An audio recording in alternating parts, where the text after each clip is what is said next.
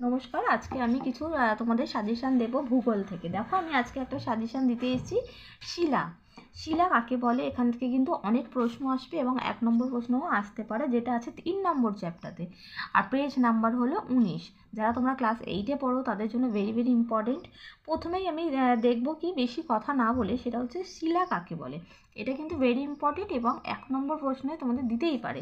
শিলা কাকে বলে এবং একটা উদাহরণ ছোট্ট করে দিয়ে দেবে যে পৃথিবী যে শক্ত আবরণকে ঢাকা তা হলো কিন্তু শিলা। ঠিক আছে, শিলা আসলে প্রকৃতিতে প্রাপ্ত এক বা একাধিক খনিজের সমসত্ব বা অসমসত্ব মিশ্রণ। আর যে খনিজ দিয়ে শিলা গঠিত তা হলো এক বা একাধিক অজৈব মৌলিক পদার্থের যৌগ।